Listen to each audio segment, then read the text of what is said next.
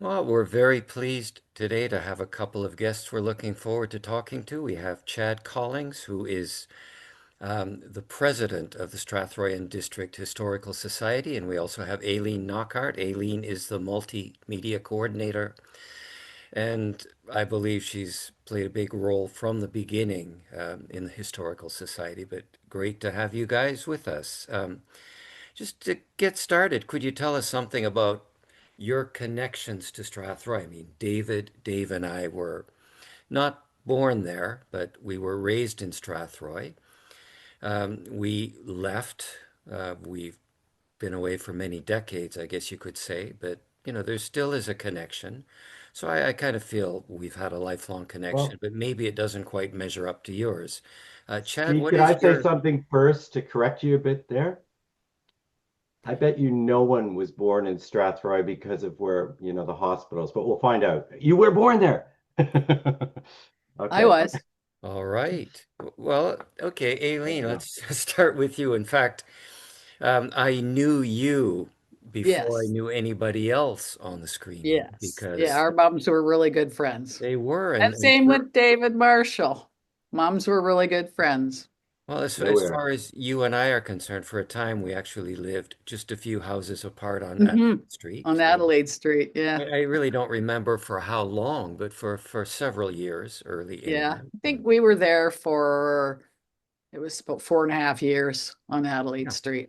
And I think my family moved to a new house on Jean Street at the West End in 1964. We arrived in Strathroy in 61. I think my parents rented for a little while, so we were probably on Adelaide Street 2 or 2.5 years. But um, is your connection to Strathroy lifelong? I mean, have you been there all along? I mean, just what Well, is your link to the town? yeah, I was born here. My parents moved here in 1957.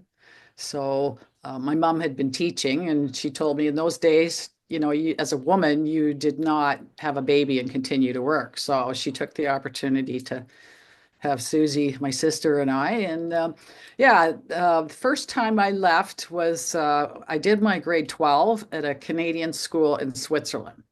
So it was important for my mom that I get a really good education with language. But I love language anyway. So we were boarded with families, so we could have the opportunity. We were in Lausanne, so we were speaking French.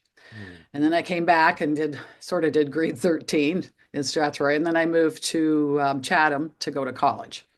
And after I was done that, I moved home. I was looking for a job, and my dad came home at lunch and said, "I'm busy. Can you come and help?" And I said, "Sure." So I ended up working at the newspaper for my career.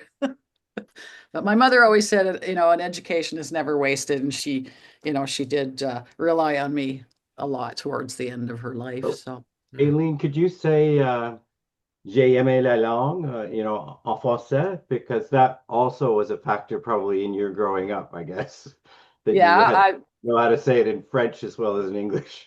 Although I maybe have a vivid Steve, you memory. know it best. I have a vivid memory. My mother had a felt board with pieces of fruit and other things that you'd put on, and it was La Banane, and we were taught French songs.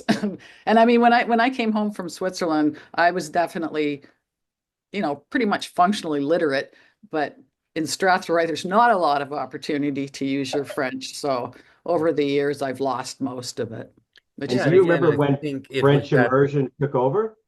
yes, I do because my daughter Kelly was the first year, and anybody that wanted to put their kid in the French immersion program, we had to be at the county office in London and Hyde Park on a certain day to sign up. So I Right. was there like with quite a few other parents way earlier because I But wanted to be remember, darn and sure. also our age, and Dave and Steve, you may have had it too. Our age was, yeah, it started in grade 5 for us, but not immersion. We just all had to take French from year Was five. it I that don't know was if it you that guys, early? Yeah, I well, it was never. where I was in Caradoc North. Yeah, I went to Colburn. There was no Yeah, me French too. there, but my situation was a little similar to Aileen's. My mother, as we discussed last time, is from France, and I think that French connection certainly helped my mother and Mrs. Campbell Oh, to, absolutely. it certainly solidified something special. But I got the French lessons at home as well for a long time. Um, and I guess I'm grateful for that. I mean, we probably have different methods of, introducing kids to languages now, but that was a big part of my childhood. Chad, what about you? Are you a native of Strathroy? I am. I was born in Strathroy, and I've been here 51 years so far. A little bit of a break, I believe, in Curwood, where my mother's family was from, and where my mother grew up, just west of Strathroy. But otherwise, yes, I've been in Strathroy all my life, and also went to Colburn School.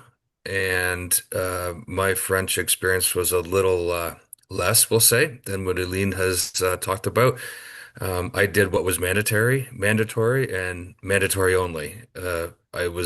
We started, I think it was grade six, and it was Elaine Marentet was our French teacher at the time.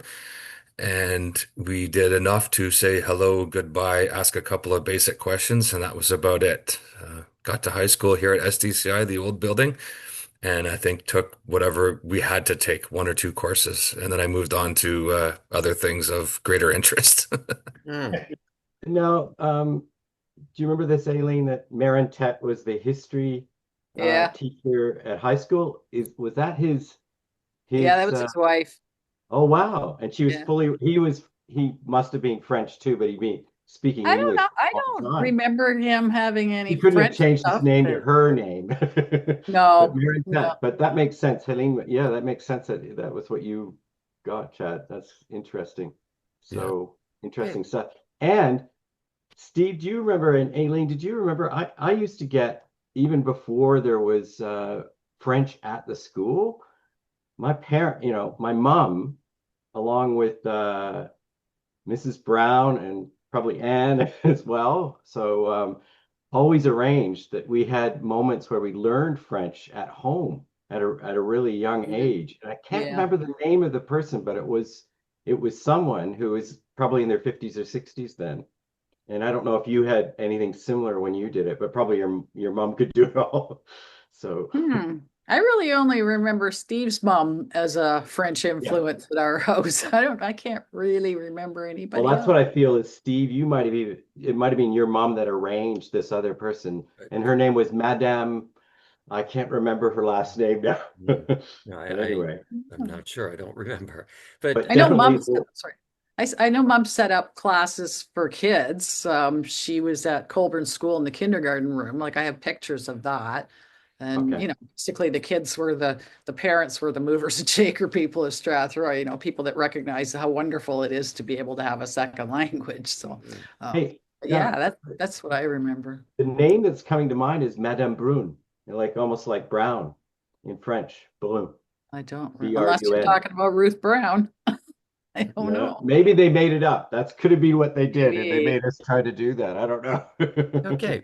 Anyway, with that background in mind, I'm just wondering, when did you become interested in any aspect of local history, whether concerning Strathroy or anywhere? I mean, when I grew up in Strathroy, I couldn't have cared a lot less. To me, history was out in the world, not so much in the community. And it's largely through working on this book that I've really become aware of what local historians are doing and its importance. I mean, I'm working on another project, and right away I went to local historians in the area that I'm focusing on. So, Chad, when you were growing up, did you have any interest in the history of Strathroy? Absolutely not. I again was in school. I did what was required of me in history and passed, and that was good enough. Um, Having said that, once I got to high school, I all of a sudden my marks improved in history, and that was Terry Gentleman. Um, who was one of the founding members of our historical society here and is still a member today. He was my teacher. And I remember scoring in that report card that year into 95 or something like that, which was unheard of for me in history, especially. Um, so then I bumped it up and I took it again next year at a higher level. And I didn't do as good, and I was a little disappointed in myself. And I remember Terry took me aside and he says, "Listen, I know you're not happy with your mark. However, for anyone that has made the jump into this advanced history and ancient history and so on, he said, you have the best mark out of that, and I encourage you to carry on."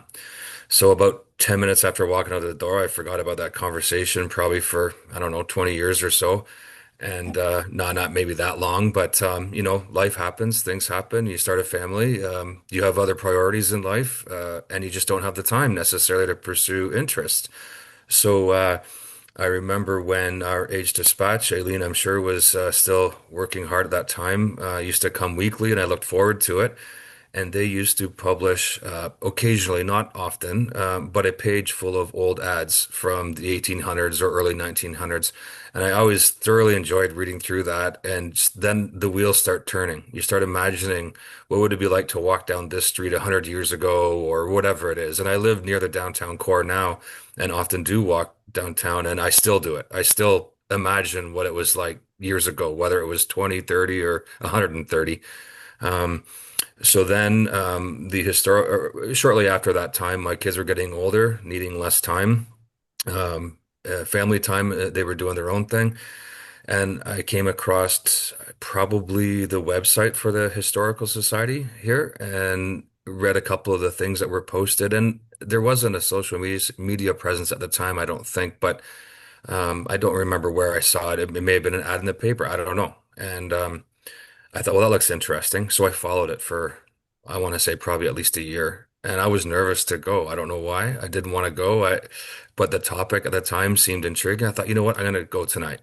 And I remember that night, I was nervous to go in there. And that was the night a vote took place to whether or not we should be having a Facebook page. And that was, oh, I want to say now, what was that now? 8 years ago, It was somewhere. And 2000 well, it would have been at the end of 2015 because we started the yeah. Facebook page in January of 2016. Yeah. So since then, it's been sort of green light and growing and moving forward, sort of in that aspect of my time. Thankfully, I have a career that allows me a fair amount of time at home and able to do outside projects. So I quickly became involved, I guess, as secretary and then vice president and now president. Fairly short order. Um, I just find the people that we have, some of the core members that started, if you want to call them charter members, whatever you want to use, working with them, or even just spending time and having conversations, I find to be fascinating. I thoroughly enjoy that time. And any presentations we may have had where I have the opportunity to go and interview a community member, especially an elder community member, about their life, their career, their story, whatever it is. That's the part I find most rewarding is helping them record their story. And I know there's others that enjoy the exact same thing the exact same way. So, and then here we are today. That's about the gist of it. Mm. Well, Did I thank ask you. a question, Steve? Can I jump in there? Sure. Now, given that you're president, Chad, do you have executive order powers equal to the other president that we're ex feeling all the time today? Can you do everything? You have total authority, sometimes called authoritarian, but you can tell us whether that's true or not. He's an I hear what you're saying. excellent leader. Excellent I leader. I look at it and I laugh sometimes and sometimes you want to cry when and I tried not to get too much into that news because it's very disheartening at times. But our group we have we're looking to expand our board now because our group has grown. And the reason being is we're all volunteers and I always say you can't demand anything of a volunteer, otherwise you'll lose them. It has to be people can give what they the time, as much time or effort as they can give. That's it. And so we always need to keep that in mind as well. Sometimes it's a struggle. Sometimes, suggestions are made that we just can't follow through with. We just don't have the people, the time, or the resources to do it. So we do what we can with what we have. And to be honest with you, I think we're in phenomenal shape working with what we've got. We've done very well over the years. Mhm. Hmm. All right, Aileen, when did you become interested in local history? Well, I was never interested in any kind of history. As a kid, I hated history in school, and I only took the ones like we had, courses that you had to take at least one or two of. So that was what I did. But how I got involved in the local history was, I think it was 2013, and Jana Cummer called me, and she said, "Aileen, would you like to be the secretary of the Historical Society?" And I said, "No." No interest. And so then she started talking about the tales, which we'll probably talk about later. Hmm. And she asked if I would be interested in joining that committee and that I would only have to write a tale like once a year. And I said, yeah, I can do that. That's I like the sound of that. So I joined the committee and I discovered that they were about to publish the first Tales book, and it was like the last 6 months of chaos trying to get everything together. So there was a lot of meetings, and it was more than I had expected. But um, I always say I continue to hang out with the Historical Society people because I really like chat. I enjoy the people. I enjoy talking to the other people. So I have learned to enjoy local history.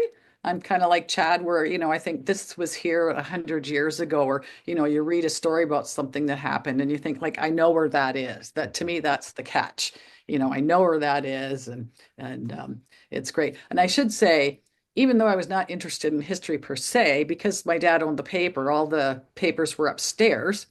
And especially in the summertime when I was bored, I loved to go down there and go upstairs and pull a great big stack of papers out and just start reading, because it was interesting how you see the changes, how things were back then and how maybe they would progress. Like dad's thing is all through the years, probably for 50 years or more, always this thing would come up every so many years, but whether the town should put in parking meters, and you start to see things like that, and it just becomes it's real because it's close to you and everybody else.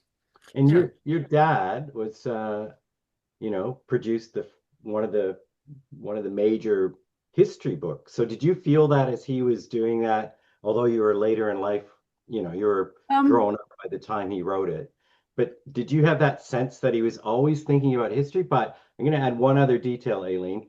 He's not from Strathroy. He no, was it's not not. born in Strathroy or No, any. Yeah, okay. no, but he lived here long enough, and I think he enjoyed it here, and so it sort of became his second hometown. Um, uh I'm trying to think. He just, I mean, he wrote that book because he said, he retired and he was looking for things to do. And I think he'd always sort of been interested in local history. Like it's not like he talked about it a lot, but just that was the sense I had. And Mm, so, he said he looked around and he says there was no books, which is not exactly 100% true, but there certainly was no definitive history book of Strathroy. There was no major book. So, you get that little question in your head that says somebody should do this, and then you think, well, maybe I should do it. So that's what he did. He started bringing home the papers that were upstairs in the Age. When he sold the company and the building, he asked to have it written in the contract that he was allowed to go in and go upstairs and take home newspapers so he could do all his research. And I was involved in that. I did proofreading for him. Was I super interested? Probably not really. Mm. I So mean, my what kids pre were growing up and I had no time for that stuff. Chad and Aileen, what predated the Historical Society? Because it says it started at Nothing. nothing. But Nothing. then there was this giant book from 1961, the centennial, or That's 1960, 1960. Yeah, right? that was Phyllis 19, Mitchell. right. She And put that was that together. just her doing it, but not, there wasn't a No, historical well, book behind it. I don't know. No. Because it was a giant, that was when I first arrived there. I Yeah. was 1 year old or whatever. I don't remember it at all. But I remember the book really big because it Oh, was yeah, in me too. everybody's house at that I read stage. it all the time as a kid. Because Mm, you're running out of things to read. So we had a small room in the house that was considered the library, and I knew that book backwards, forwards, inside out. But no, that I think that was pretty much done.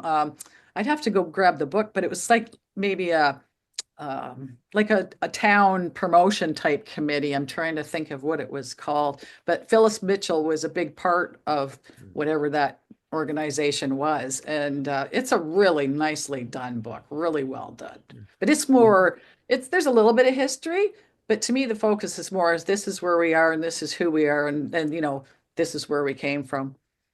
Yeah. I think I have two copies of it on top of my desk here. I just look up at, and I think it just came to mind as well. You mentioned Phyllis Mitchell. There was others, and I know my grandmother, my dad's mother.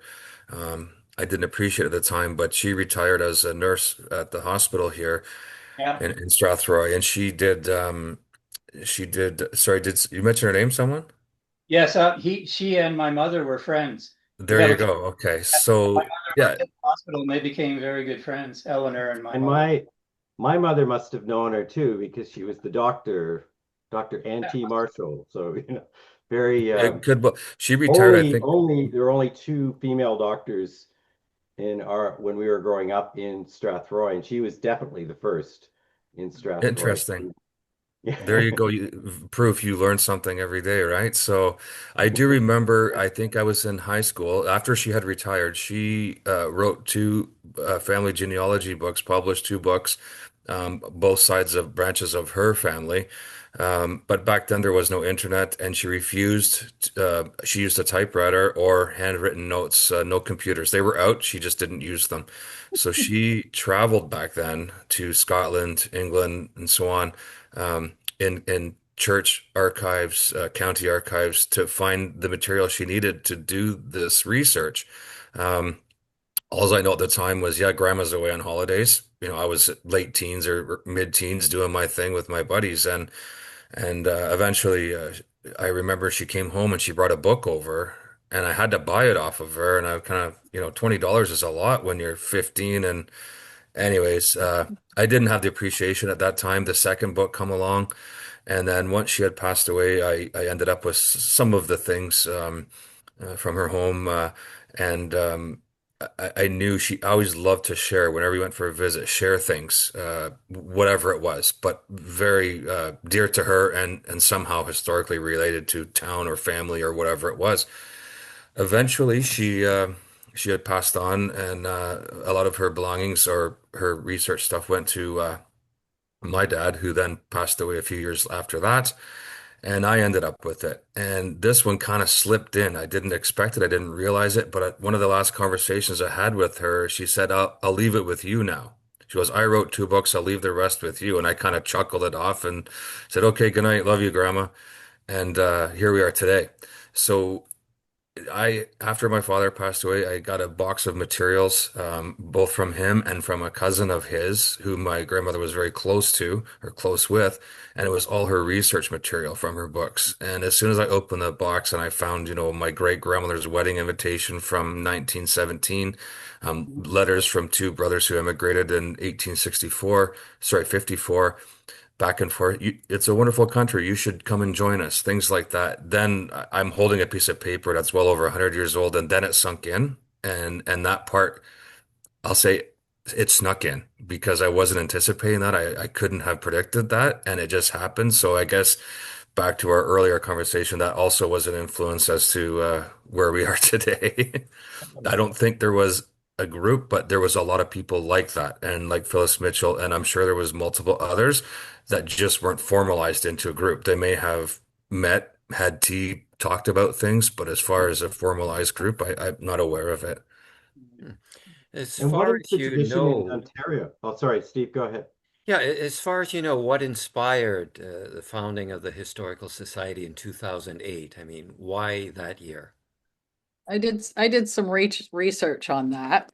Um, I talked to Libby McLaughlin today, and it was Libby and Janet Cummer who sort of had the idea. Janet apparently had always felt that there should be a historical society. And Janet, for people who don't know, was the librarian at the library in Strathroy for like 40 years. So around that time was when she retired. Hmm. So I haven't been able to get a hold of Janet to confirm it, but I'm assuming that, she had the time. And so she called Libby and said, let's discuss this. So they decided they'd have an open meeting. So in the end, there was 12 people who were interested in forming a society. So the date is nothing other than really it was around the time that Janet retired. Hmm. So yeah, so they Or is it also, Aileen, the time when the economy broke down around the world? Do you remember that? 2008? oh yeah. Everybody lost their jobs, maybe, and No, she retired. I mean, I know. Yeah. I don't know. I don't know if that factored into it. They did have to make money. So they started in 2008, and Vaughn McPherson, who was also part of the founding group, he collected postcards. And so they took 12 of his postcards and created a calendar to sell, to raise some money to get started. So that's how they got started. Oh, Hmm. good. Yeah, I talked to Janet and Libby during my last visit to Strathroy in London, not too recently, and I got some sense of their contribution, but I also had a sense that there were very few people, very few young people involved in the early stages. How No, is there was that no young going people. for? No young people. Well, what about in the present? For example, Chad, you would have been about what age when you got involved? Well, I'd say maybe like, well, it was early 40s, maybe 43 or something like that. And I can guarantee you I was the youngest person in the room when I went to that first meeting. Mm. Hmm. Yeah. Okay, in the book, David describes a situation in which he visited the church where his father was a minister decades ago. And in David's estimation, the average age among people in the congregation, the small congregation, was, I think you said 75. Um, Yeah. you know, Yeah, Except the I would two, agree what with that. about, except the two people collecting yeah, the offerings. They were all yes. both in their 30s, Maybe they but they were came in off the dressed. street just to do that. But, They were dressed totally differently than everybody else. Everyone else was dressed normal Sunday church thing, and they were That's dressed gone as if they out. were social workers. They were, oh, it was the well, weirdest thing because I knew they were taking protection of people who in their 70s and 80s. They had to make sure that they weren't going to have any difficulty giving them a bit of money, but also getting them out of the church and then downstairs for the special meal afterwards that they often do. yeah. Anyway, Yeah. sorry, Uh, Steve. by this point, is there more interest among young people? I mean, I'm looking forward to getting to a historical society meeting in Strathroy next month, I believe on the 17th. Um, is it going to be like the situation with Dave in the Presbyterian Church in Strathroy, or are young people coming on board? We have it's going to be very similar. We do have a few younger folks that now attend, but I would say their ratio maybe when we say gain new members, for example, say for every 10 new members, one maybe would be a younger person, and the rest are typically going to be friends or acquaintances of, members who are already there. So we have done a little outreach. Um, Started sort of last June trying to figure out how we could engage a younger group Mm, to come to our meetings because we certainly could use their assistance in a number of areas, including, advancing technology and things like that. mm, Um, I met with the head of the history department at SDCI. Brian Anderson is his name. And we had a fantastic meeting, spoke about a number of topics, and even discovered some new topics we weren't prepared to talk about, but it worked out very well. Part of our conversation was approaching some students that have a strong interest and also maybe needing volunteer hours for their graduation certificate, things like that, and having them come out to our meetings. We did suggest allowing a couple of our members to take one of our books or all of our books and get in front of maybe a more senior history class and share a couple of stories that they could relate to. And the difficulty with that, if you all remember, a guest in your classroom was somebody that walked through the front door of the school, was escorted, maybe to the classroom, and here you go. Very different times today.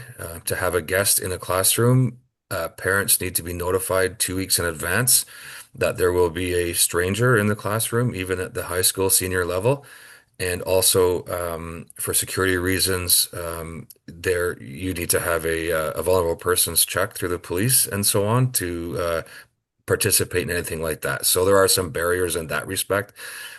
Not super concerned about it. There's other ways, excuse me, we can engage if there are students that are interested. So we are always working towards expanding so I guess our age limit, dropping that average a little bit if we can.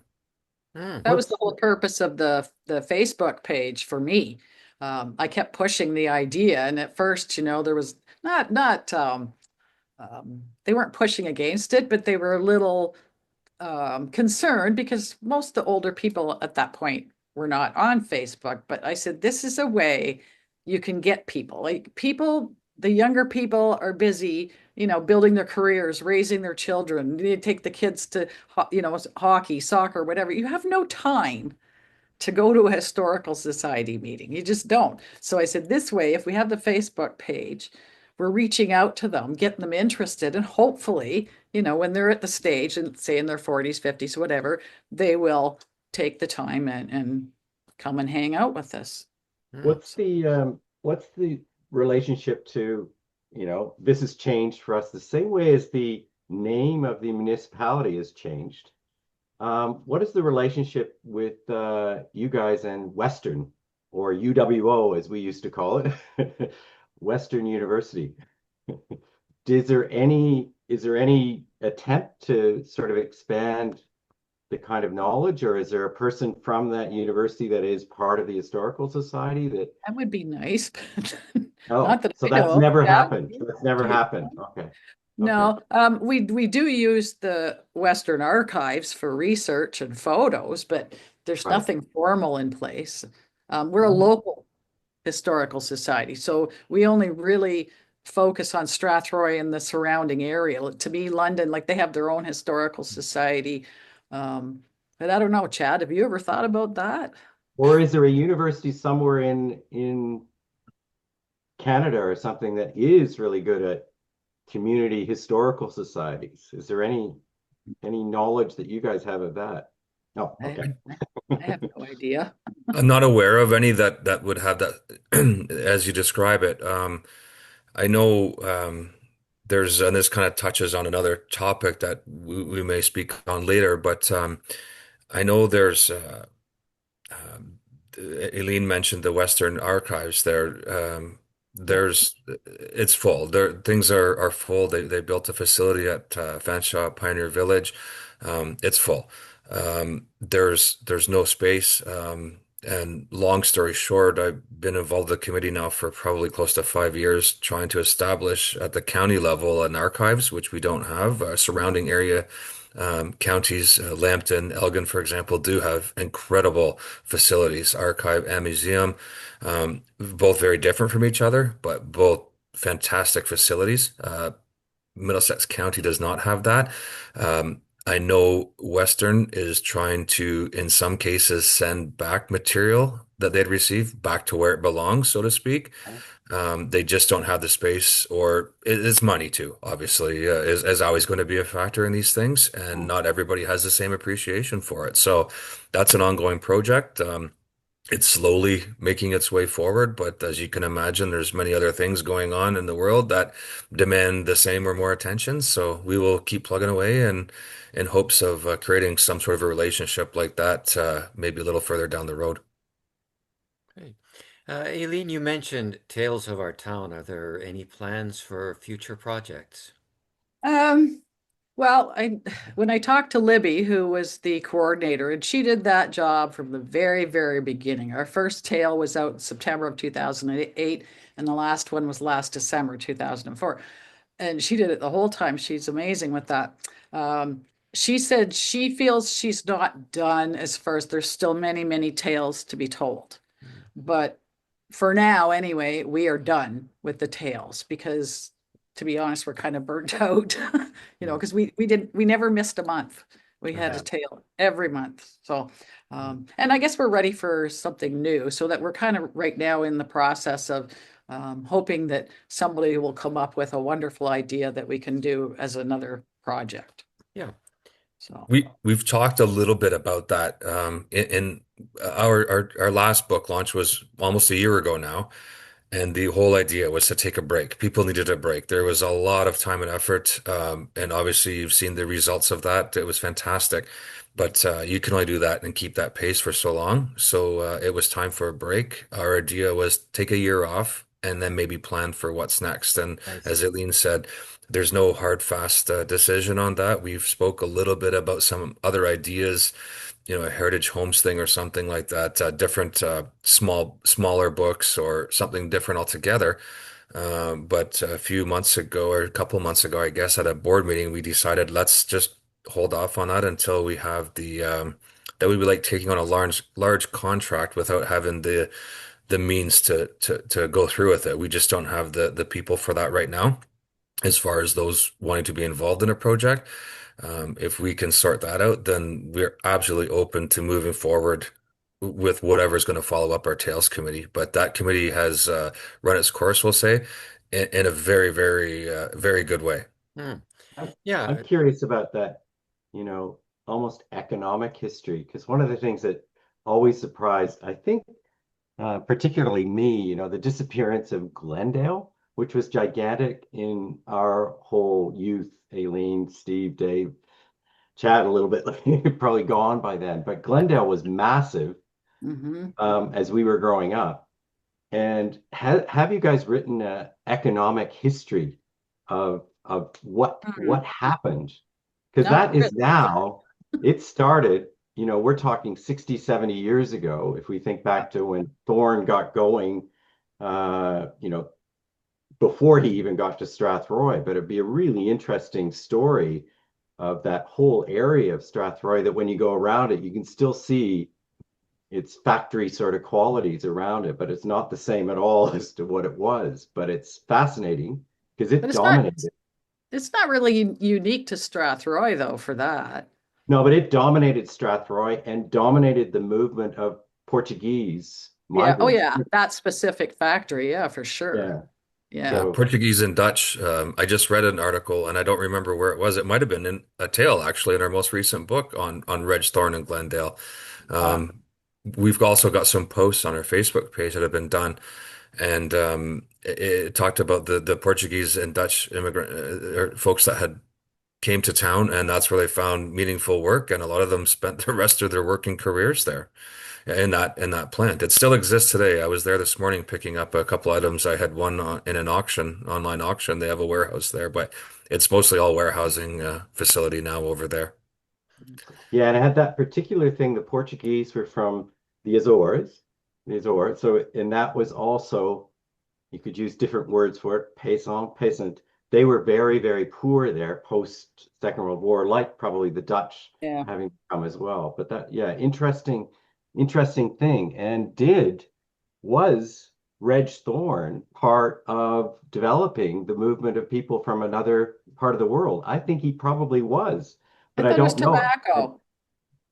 It was tobacco that brought them first. Probably you're right. You're Well, probably that's right. where a lot of them started working was tobacco. I know that. Like in the Yeah. early 50s, when people started coming, that was But yeah, what a they lot were doing. did. Yeah, we're talking about the Portuguese didn't come till almost the 60s almost. So that the Dutch, yes, post Second World War, all Dutch sorts of and Hungarian with the tobacco as Hungarian. well. Hungarian Yeah, families, yeah, yeah. Yeah. There's totally. been those sort of, I guess, three waves. The Hungarian and the tobacco and so on. That was more so at that time would have been Caradoc Township, Mount Bridges area, Delaware, that sort of thing.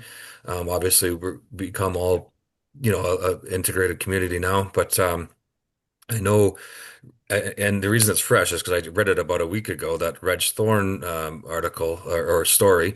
He Huh. certainly was offering, the employment was there, and he needed a lot of people to do what he was doing. And for someone who literally just, rolled into town, didn't have a lot of money, needed to provide for their family and needed a place to stay, that was a fantastic opportunity. So from that aspect, it may well have been maybe not by design, but it may have certainly influenced the flow of certain people into Strathroy who may have started out on a farm locally somewhere or whatever it Yeah, was. a bit like what Mm. happens in the tobacco or farms later. It was actually Caribbeans actually that came up when we were in our teens, so 1970s. It was sort of that a lot of people, and we couldn't really work out where they were coming from, but they were often the never mind Mhm. the teenagers who didn't go to school when tobacco was was on early September, that sort of stuff as well. So there's a lot of interesting stuff that is now 50, 60 years ago, that sort of it's worthwhile saying it's historical. Yeah. So If you look at that area in Strathroy, it was just always called the industrial area, or never really had a name. But since then, the north end of town was all farmland. Well, Aileen, probably not far from the house where you lived on Head Street. It went to, that was the outskirts of town at that time, and now it's completely enveloped. So south of the 402, after it was built, between there and it was back then Second Line, now Second Street. Um, that is a huge industrial park now, and it would dwarf the one you're thinking of with Glendale and a number of other businesses in that area. Um, and it continues to grow. There's Yeah. still new businesses opening, new industry opening. They always promote access to the highway, access to the United States. I don't know that's an advantage right at this time, but it's still continuing to grow. So we have the old and the new industrial park. So when you say historical, I absolutely agree. There's a lot of business and memories in the old area that the business name may have changed, but the memories are still there, right? now, Steve, can I ask another question? I know this is too many by me, so If but it's a good one. okay, might be a good one. It's an interesting sort of thing that occurred when I've been visiting Strathroy, is a lot of people said, nah, it's just a suburb of London now. That's how the people who arrive in it think of it, as just a little bit further, but roughly that sort of way. So that's my brothers would say that sort of thing and saying, oh yeah, it's changed. It's no longer this separate sort of thing. Is there any sense that there's almost a sense that it's just a suburban relationship to the larger city that's close? And it always was. We always had some relationship to London, but we never had, when we were growing up, we never had cinema. We never had a film theater, although it was apparently there earlier, but it wasn't there when we Yeah, I were was there. gonna say we did have one. And then we But had those, another one, I think was it the 80s or the 90s? and it Late tried. 90s. Yeah, All right. that sort of But died off. Hmm. what's that sense? I can't believe it that my brothers all say, "Oh yeah, Strathroy, it's just part of London now." Hmm. Well, it's What true would you that we're say? pretty close. Like as Strathroy keeps expanding, like I live on not really the outskirts, I'm more out, but I always say in 10 years I'm gonna pick up a city bus up on the highway, you know. Um, and there's no doubt the feeling of it being a small town, I find, is gone. Like you cannot go from one end of town to the other anymore in a car in like 3 minutes. There's just Right. people in your way everywhere. And you can certainly see there's way more people living in town than there was when we grew up. Like I think now, I don't know, Chad, do you know, isn't it like 22, 23,000 for the whole Somewhere in thing, there, like yeah. Yeah. 15, 16,000 for Strathroy, and I sort of remember it being 4,000, 5,000 people. So it's definitely going to change. Yeah. The first One. thing that came in was not Walmart, McDonald's. That was the first sort of outside city thing that came to town. Yeah. And it just, One chapter of the book kind of depicts my first evening back in Strathroy after a number of decades, Yeah. when I made my last visit. And I point out, you know, from driving around, it was really the first time. Until then, I never would have thought it was possible to get lost in Strathroy, but I was absolutely lost. I mean, I didn't yeah, see any familiar markers. I knew if I drove long enough, I'd find something, and I did. But it was kind of a shock to me to get lost yeah. in the town where I grew up. I used to know Mm. every street name and where it was. But Mhm. that sort of, fell off as the town grew. You lost track of all the streets. Yeah. I used to know all the cops. Now I don't know. There's probably like 10 times as many cops as Mm. there was when we were And kids. an interesting thing for me growing up, I was in the town until 10, and then we moved out to RR7 Strathroy, which is on County Road 39. I don't think they call it that anymore. Uh, but maybe half a mile out of the town or something like that.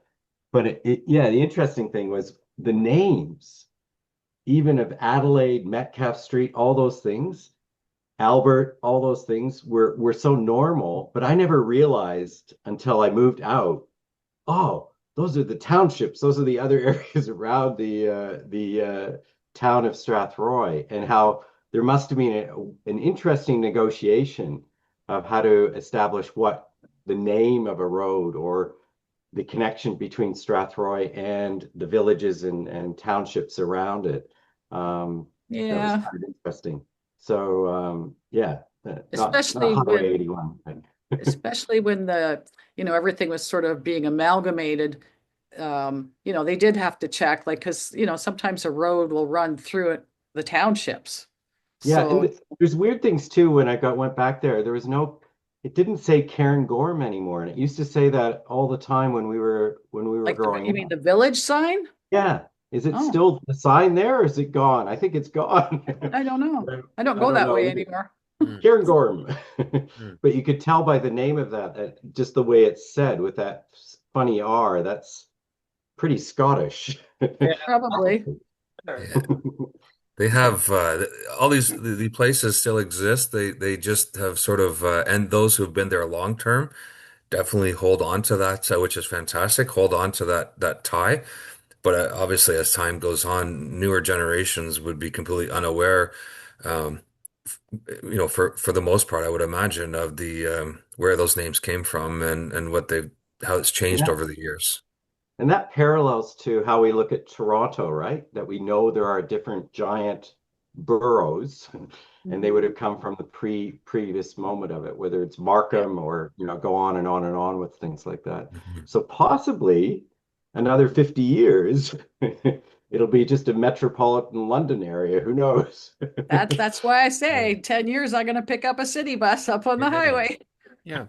Well, for You me you you anyway, got last question for me um, relates to the old age dispatch. I mean, I did have an opportunity to talk to Aileen when we were working on the book. There is a chapter essentially on the role of the age dispatch and, in fact, Aileen's dad. But as I talked to people around Strathroy, there certainly was some concern expressed that that microfilm containing uh, old issues of the Age Dispatch, which, as I understand, I'm sorry, Aileen had some role in rescuing That's a true. number of years ago. Um, in any case, I mean, I was researching in the local reference room at the library and, cranking the handles and trying to spot things of interest before they, kept passing by. But is there any concrete plan yet to try to digitize the Age Dispatch Oh, archive? it is. It is. Yeah, it's at the library. I mean, there's the odd one missing because But there was the odd one missing but in the so originals. it does not Yeah. exist solely on microfilm anymore. There is Yeah. a there is Yeah. an electronic version now? Well, it's microfilm, microfiche. No, I'm aware of that. Okay. Is there anything You mean more, like a PDF file with the entire newspaper? something that would maybe establish a little more safety or certainty Well, as to the future? there's more than one copy of the microfilm. We have a copy. Western Archives has a copy. Yes, I'm aware of those, but Okay. when I talked to Bill Groot a few years ago, I mean, he especially thought, well, we have to preserve this in a Yeah. better way. Yeah. Is that still being discussed? I've never heard that discussed Mm. personally. Have you, Chad? I'll be honest. This has been a big part of discussion when we're through the committee I referred to earlier for our county archives, and we've met with local dignitaries and other groups and so on to try to move this forward. Sometimes the response is, well, we have digital, we don't need to keep the old, or we've scanned it, or whatever it is. And it's all great information. Digital is phenomenal for research. It's fast and you can keyword search. Same as, I don't know if you fellows have tried that. Our Facebook page is keyword searchable. And the amount of stuff that you can find in a click is fantastic. But that doesn't mean throw out, the reference materials or whatever. The thing now, we had a discussion actually quite recently about this, because a lot of documents are born digital. There was never a paper copy of it. So the point being, we know how long film lasts. We know how long microfilm lasts. We know how long paper typically will last under certain. Digital is something, comparatively speaking, is in its infancy compared to a lot of other mediums over the years. And it sounds strange because we use obviously so much of it in our lives every single day. However, the fear being, if that was the sole source, what happens if the cloud disappears or whatever it is? I'm just using that as an example.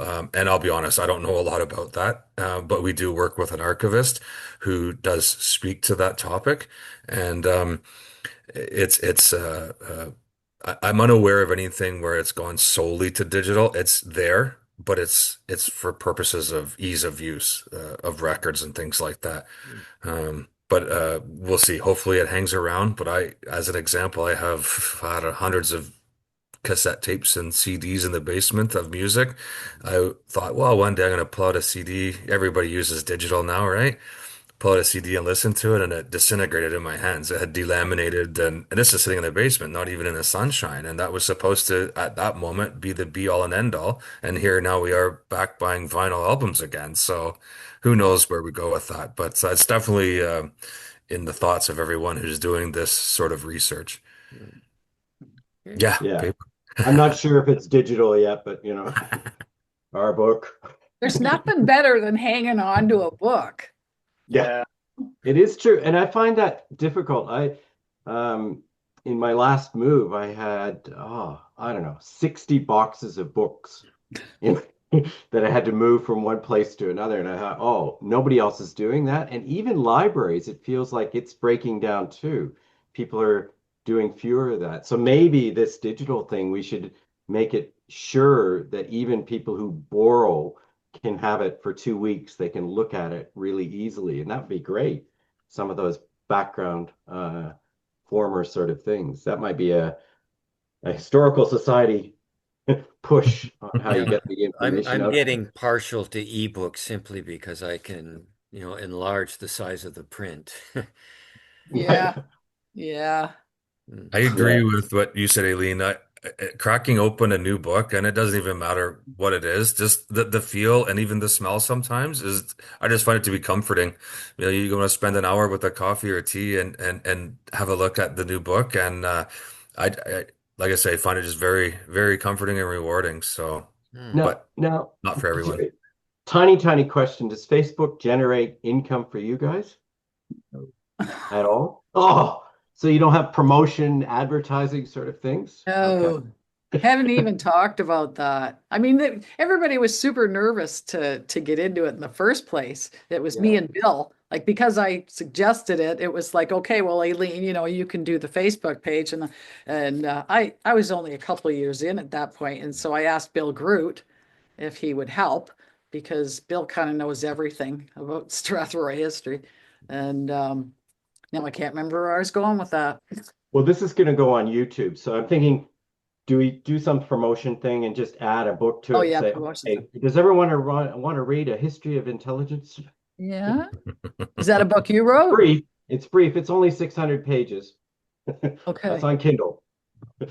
Okay. Mm. And Steve, we can make some money that way if we're trying to do that. Yeah. We never thought about that for an income producing thing, did we, Chad? Should we No, be we've doing used it to this? promote.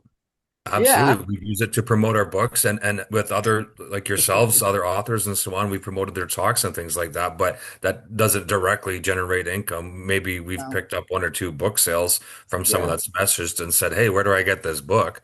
Um, but an interesting aspect of the Facebook, and Aileen will often, prior to one of our meetings, uh, go in, to the backside of our Facebook page and pick up some data to share with our membership.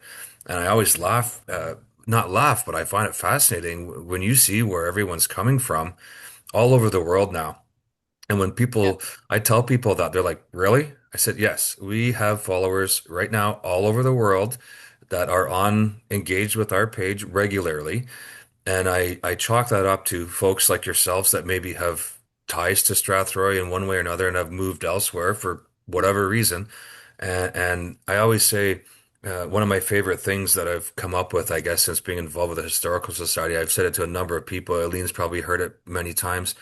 I always say that people love reminiscing about their good old days, and that's different for every person or every group. Hmm. And the fact that we can help sort of trigger that in someone somewhere around the world, I think I love it. I think it's fascinating and it's very rewarding in that respect too. But watching what happens on that page and the Mhm. numbers and what it It is that is. people are interested in, like Eileen can talk to you about our popular posts, but it has worked very well for us. Our presence has grown, but we definitely haven't generated income from it. Yeah. No, we do it for love, for one thing. And our Yeah. most popular post, the one that we got the most response from, was just um, it was just a silly picture. It was a kid's Christmas, or not Christmas, birthday party from a bunch of kids in Kerwood. Mm. Mm. And we posted that, and we got up to, it was like 250,000 people had seen the post. Wow. Now, why the algorithm started sending that around, but there was people all over, like tons of people from the States. Just, Mm. it just amazes me that people will like and comment on something that, they have no connection with really, but it just speaks to them, I guess. But Yeah. no, it's Yeah. amazing the numbers of views that we get. And we've now noticed that we're sort of like seen as an authority. I see examples of somebody saying, oh, I need to find this, or how do I go about this? And they say, oh, well, ask the Historical Society. They have a page, Yeah. Well, yeah, and that's Steve, cool. is there any way I can ask one more question? Yeah. Can I do that? Yeah. Do you guys know how many, so Chad or Aileen, what is the percentage of people who were born in Strathroy Oh, well, we compared don't have. to, is it 50-50? Is it 70-30? Is it, what is it? What is it? Because from my perspective it's probably quite low, the number who were born in Strathroy, in terms of a lot of them maybe even left at some point too. But do you guys know what it is? Does No, statistics we don't produce get that? that. We don't get that number. Like we know, it's about 70-30 as far as women, 70% women, 30% men on our Okay. Oh, page. so high percentage women. Okay. Yes, yes. Okay. And that That's What most about, popular. Hmm? sorry, what about actual membership in the Historical Society? I mean, how do you right. do with people like us who have left? I mean, I'm looking forward to joining when I'm in Oh, good Strathroy next point. month, but what is the range of membership in terms of, representation from faraway places?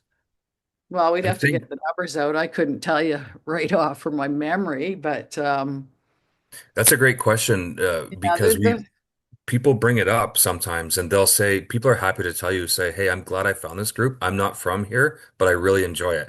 Those are the ones we hear about.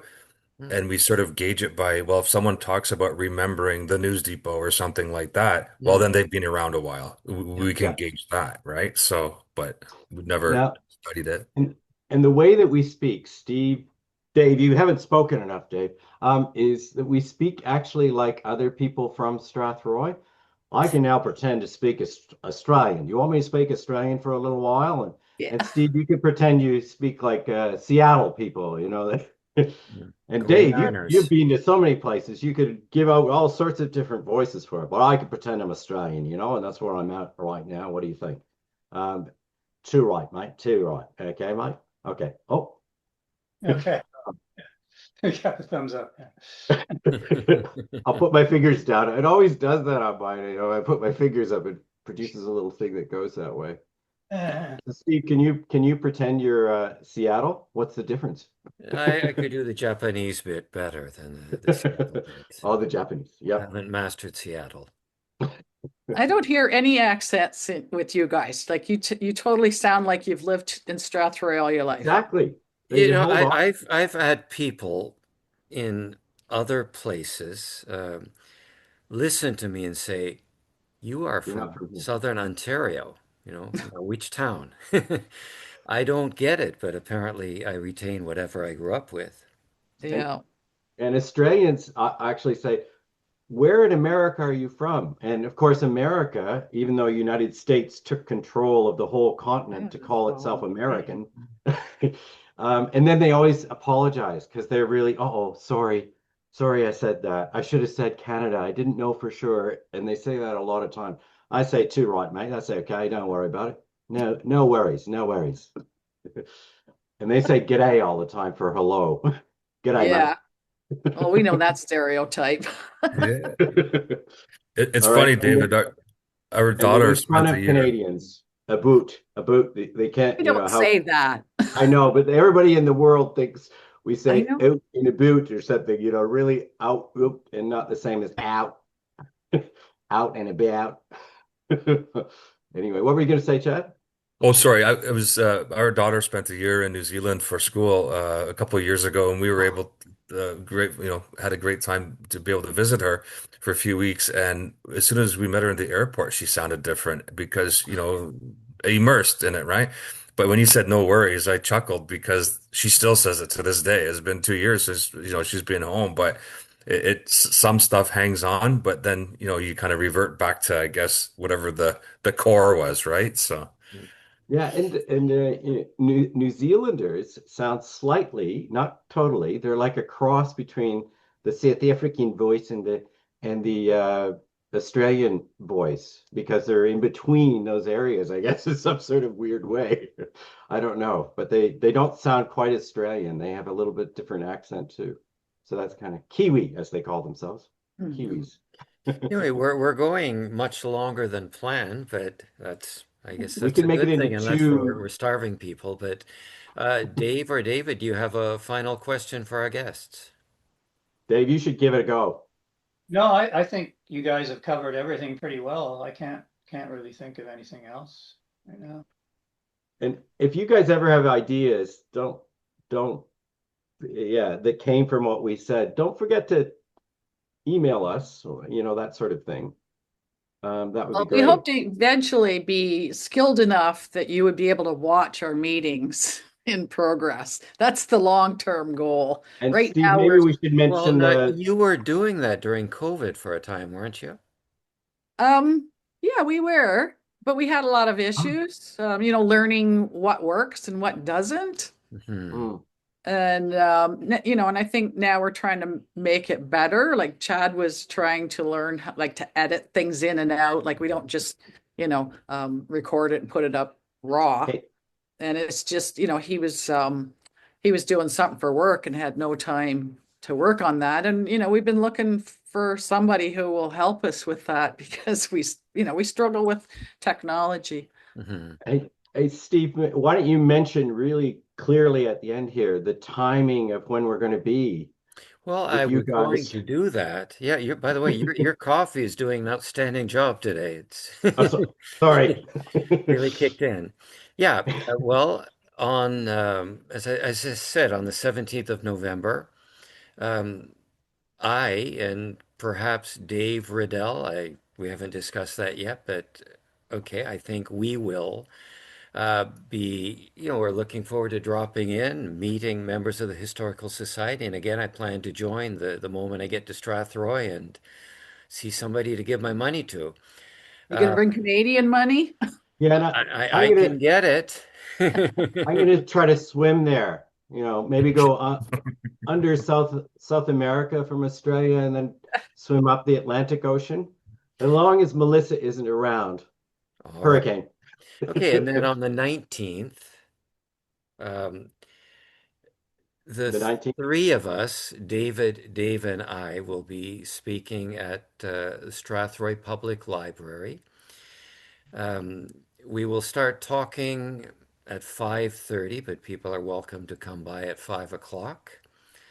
We'll be talking about our book, Roots Revisited, a Hometown Study, which doesn't have Strathroy in the title and is largely aimed at people in hometowns or from hometowns everywhere. But obviously, we grew up in Strathroy, and there are references to the town throughout the book.